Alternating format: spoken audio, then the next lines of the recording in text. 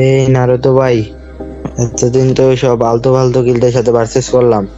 তো চলেন, এখন একটা গিল্ড আছে, ওদের লিডারের নাকি টিকটকে 4 লাখ প্লাস ফলোয়ার্স আছে, আর লাইক আছে মনে হয় ওই 5 মিলিয়ন।